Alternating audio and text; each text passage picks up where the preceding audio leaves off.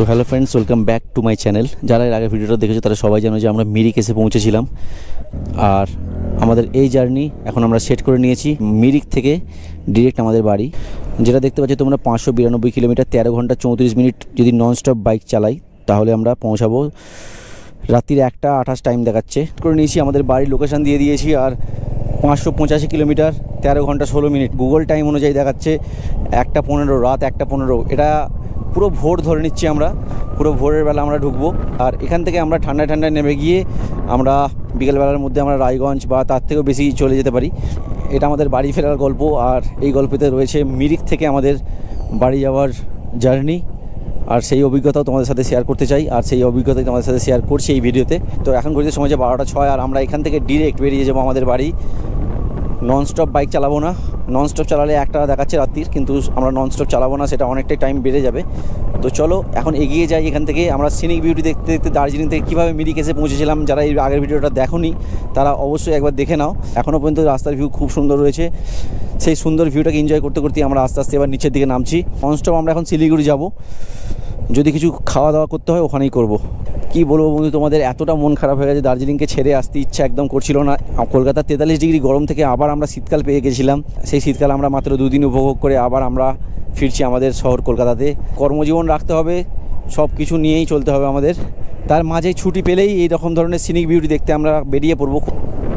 আহা হা হা,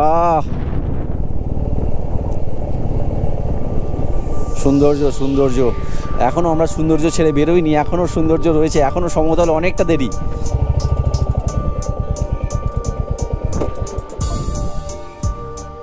তো বন্ধু এতক্ষণ আমরা বাইক নিয়ে উঠছিলাম, এখন এবার একটুখানি পাহাড়ে চড়লাম।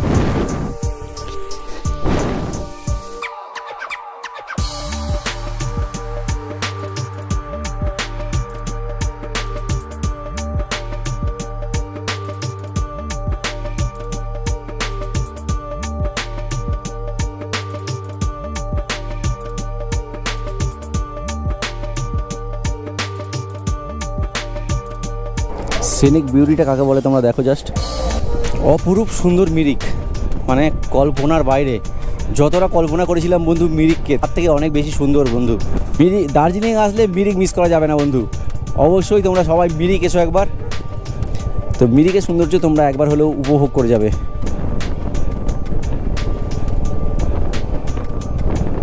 ওহ ভাই, মিরিক না পুরো বুক জুড়িয়ে দিয়েছে একদম। তো বন্ধু ঘুরতে ঘুরতে আমরা অনেকটাই নিচে নেমে গেছি। পুরো গাড়ি ভাই বন্ধ করে দিয়েছি। এরকমভাবে অনেকটা রাইডই করা হয়ে গেছে। গাড়ি কোনো স্টার্ট নেই, গাড়ি পুরোপুরি বন্ধ রয়েছে। দেখতে পাচ্ছ সুইচ, পুরো গাড়ি বন্ধ রয়েছে। তার স্পিড দেখো 40-এর ওপরে উঠে যাচ্ছে। গাড়ির কোনো রকম সাউন্ড নেই, পুরো ব্যাটারির গাড়ি হয়ে গেছে।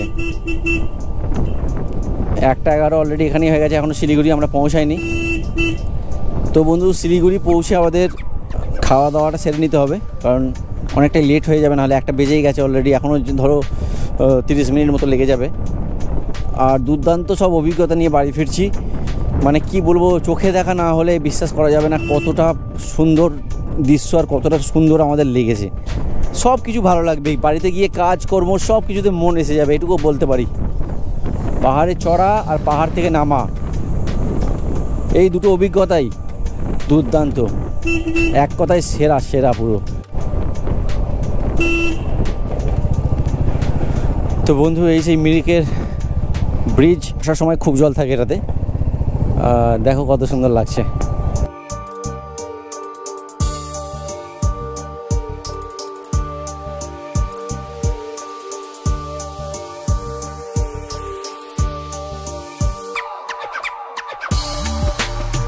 চলো আমরা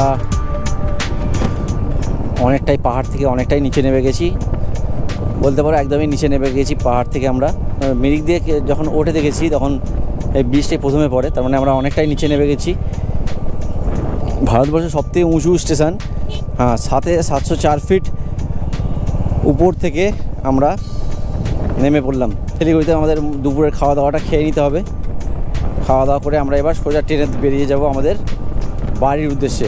যত রাতই হোক আজকে আমরা বাড়ি ফিরবো, কোথাও আর স্টে নয়, ডিরেক্ট বাড়ি যাব। এবার হোল্ড করে করে যাব, সময় লাগুক। আর নাইট রাইড করে আমার অভ্যাস আছে মোটামুটি, এমন কিছু প্রবলেম হবে না। কতটা উঁচুতে আমরা ছিলাম, বাপ রে বাপ। সেখান থেকে নেমে এখন আমরা আমাদের সমতল দিয়ে রাইড করছি।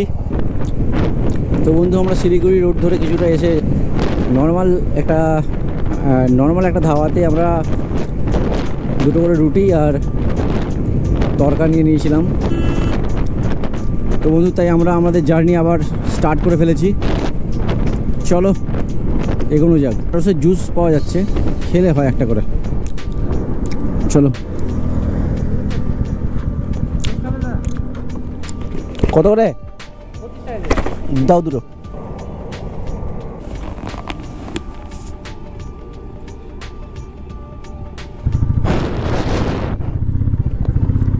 তো বন্ধু, ভালোই ছিল, মিষ্টি রয়েছে মোটামুটি ভালোই। 25 টাকা করে গ্লাস নিল, ভালোই, খারাপ না। ফ্রেন্ডস, ঘড়িতে সময় হয়েছে 3:44 আর আমরা ইসলামপুর বাইপাসের একদম ওপরে রয়েছি। জাস্ট আমরা ইসলামপুরকে বাইপাস করে দিয়ে আমরা বেরিয়ে যাচ্ছি। কিষানগঞ্জ 27 আর 62 কিলোমিটার ডালখোলা। এখন রয়েছি প্রপার ইসলামপুর বাইপাস, আর এখান থেকে মোটামুটি 1 ঘন্টা মতো লাগবে। আমাদের বাড়ি পৌঁছতে প্রায় ভোর হয়ে যাবে এক কথায়। কারণ গুগল টাইম অনুযায়ী দেখাচ্ছে রাত 2:27। আর যেহেতু আমরা হোল্ড করব, খাওয়া দাওয়া করবো, সব কিছু মিলিয়ে আরও 2-3 ঘন্টা এক্সট্রা লাগবে। মোটামুটি ভোর হয়ে যাবে আমাদের বাড়ি পৌঁছাতে। আমরা অলরেডি এসে পৌঁছেছি কিষানগঞ্জ রেলওয়ে স্টেশন। এই যে এটা বিহারে পড়ছে। তো বন্ধু, ডালখোলার কাছে রয়েছি, আর এখানে আমাদের একটা জিনিস খেতে হবে, সেটা হচ্ছে ওআরএস। কারণ অনেকক্ষণ গরমে বাইক চালিয়েছি, আর গরমে রাইড করার সময় ওআরএস খাওয়া খুবই দরকার, কারণ শরীর পুরো ডিহাইড্রেট হতে থাকে। এই হচ্ছে ডালখোলা। আমাদের ওআরএস খাওয়া হয়ে গেছে ডালখোলাতে। আর দেখতে পাচ্ছ রায়গঞ্জ 47 কিলোমিটার, মালদা 123।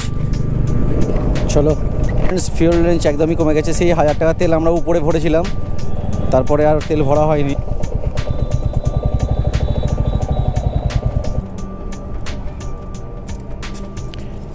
তো 950 টাকার পেট্রোল নেওয়া হলো, আর 9 লিটার 9.12।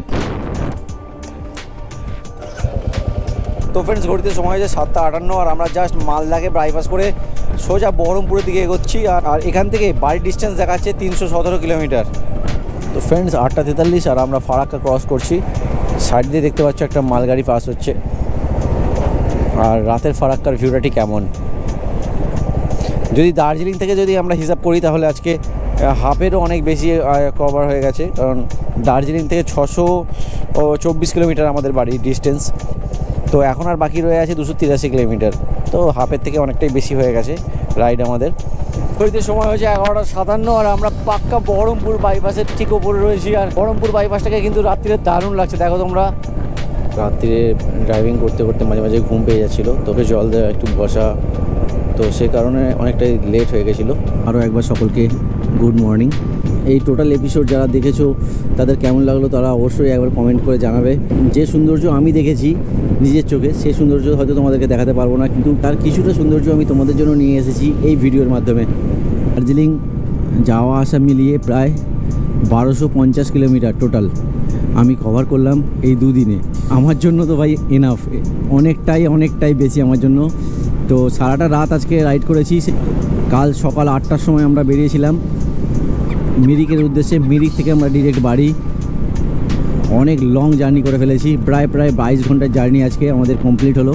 কষ্ট তেমন কিছু আমাদের মনে হয়নি, কারণ একটাই, সেটা হলো কি, যে সৌন্দর্য আমরা দেখে এসেছি ভাই ভুলবো না, অবশ্যই ভুলবো না। রঙিন হয়ে থাকবে আমাদের জীবনে দার্জিলিং।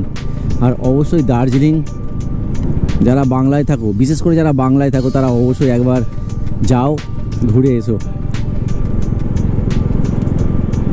নেচার ভিউ কাকে বলে তোমরা নিজের চোখে না দেখলে বুঝতে পারবে না। এই ব্লগ দেখে হয়তো একটু আধটু বোঝা যায়, কিন্তু নিজের চোখ জোড়াতে গেলে ভাই তোমাদেরকে যেতেই হবে। আর আমরা যারা বাইক প্রেমী রয়েছি তারা জানে নিজের বাইক নিয়ে দার্জিলিং বলো বা যে কোনো জায়গায় সুন্দর সুন্দর জায়গা দেখতে তার কতটা মজা।